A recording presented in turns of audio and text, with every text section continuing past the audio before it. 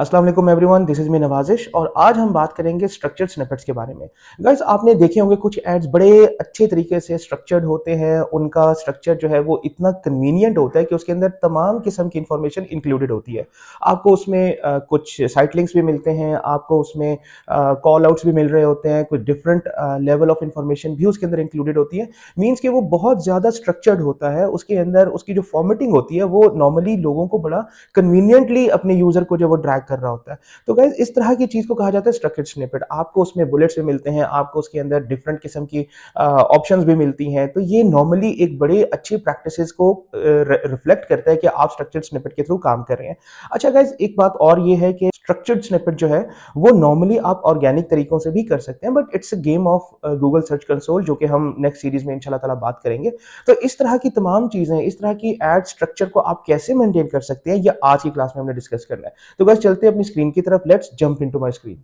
आपका आ गया है स्ट्रक्चर्ड स्निपेट। अब देखें स्ट्रक्चर स्निपेट के ऊपर अगर मैं जाता हूँ तो उसके बाद मैं इस एरो के ऊपर क्लिक करता हूँ तो ये वापस वापस आपको टॉगल कर देगा।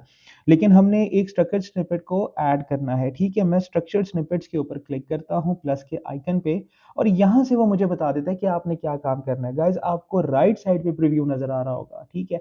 आप इसको देखें और यहाँ पे साथ साथ चेंजेस करें, आपको आइडिया हो जाएगा, ठीक है। सिलेक्ट हेडर टाइप, कि मैं आपको कहाँ पे लेके जाऊँ, मैं आपको क्या-क्या चीज़ें दिखा सकता हूँ, ठीक है। अगर तो आप ऐसे काम के लिए किसी ऐसे ब्रांड के लिए काम करें जिसके अंदर एमेनिटीज़ हैं, तो वो आपको एमेनिटीज़ से रिलेटेड आपको कुछ वैल्यूज़ दे देगा, ठीक है। आपको कुछ ऐसी स्ट्रक्चर्ड चीज़ें दे देगा जो कि उस ऐड के लिए रेलेवेंट होगा।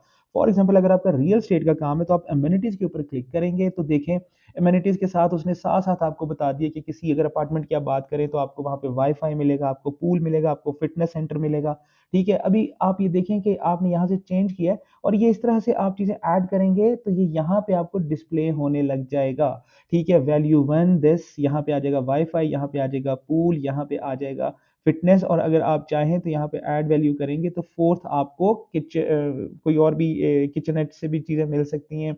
और मज़ीद आगे कर दें तो आपको वाई-फाई यहाँ पे दे रहा है, आप इसको यहाँ से चेंज करके आप कह सकते हैं कि आपको यहाँ पे जो शॉपिंग एरिया भी मिल रहा है, ठीक है। तो आप इसको शॉपिंग एरिया भी लिख सकते हो, ठीक है। और ये आपको अगर आप राइट साइड पे देखें तो आपको ये ऐड हो गया है। स्पेलिंग मैं इसको करेक्ट कर देता हूँ, लेकिन जो भी आप लिखेंगे वो यहाँ पे डिस्प्ले होता चला जाएगा, ठीक है। मैं वाई-फाई को वापस वाई-फाई लिख देता हूँ। आपने राइट साइड पे ऑब्जर्व करना है, प्रीव्यू करना है कि आपको वाई-फाई, ये देखें गाइस यहाँ पे एमेनिटीज़ में वाई-फाई मिल रहा है। लेकिन अगर मैं एमेनिटीज़ नहीं करता, मैं ब्रांड्स कर देता हूँ, तो मैं ब्रांड्स में जब जाता हूँ तो मैं फॉर एग्ज़ाम्पल मेरा कोई ई-कॉमर्स स्टोर है, ठीक है। ई-कॉमर्स स्टोर है, वहाँ वहाँ पे मैं लैपटॉप बेच रहा हूँ, तो मैं यहाँ पे कह सकता हूँ कि मेरे पास एक एचपी का ब्रांड है, ठीक है। फिर उसके बाद मेरे पास डेल है और मेरे पास क्रोमबुक है, ठीक है। मैं यहाँ पे कह देता हूँ कि मेरे पास सैमसंग है।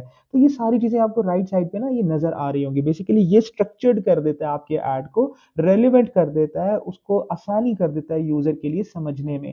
तो अगर तो आप ये चीज़ अपनी ऐड कॉपी या डिस्क्रिप्शन में लिखेंगे तो वहाँ पे आपको करेक्टर लिमिट का इश्यू आएगा। तो करेक्टर लिमिट के बाद आप इन चीज़ों को स्निपेट्स के थ्रू कंट्रोल कर सकते हैं, ठीक है। यहाँ से ब्रांड्स भी आपको समझ आ गए। कोर्सेज़ अगर आप कोई ऑनलाइन अकेडमी के लिए कोई काम कर रहे हैं तो आप यहाँ पे फॉर एग्ज़ाम्पल अगर मैं अपने चैनल के लिए ऐड करूँ तो मैं यहाँ पे लिख सकता हूँ कि मेरे पास गूगल एड्स है, ठीक है। उसके साथ मैं आपको और जो लेक्चर्स दूँगा, जो मेरी क्लासेस आएँगी वो मेटा एड्स के ऊपर होंगी, ठीक है। उसके बाद मैं आपके साथ बात करूँगा एसईओ की, ठीक है। तो ये सारी चीज़ें देखें आप, जो भी मेरी ऐड कॉपी होगी, ठीक है। ये मेरा टाइटल चल रहा है, ये मेरी डिस्क्रिप्शन चल रही है।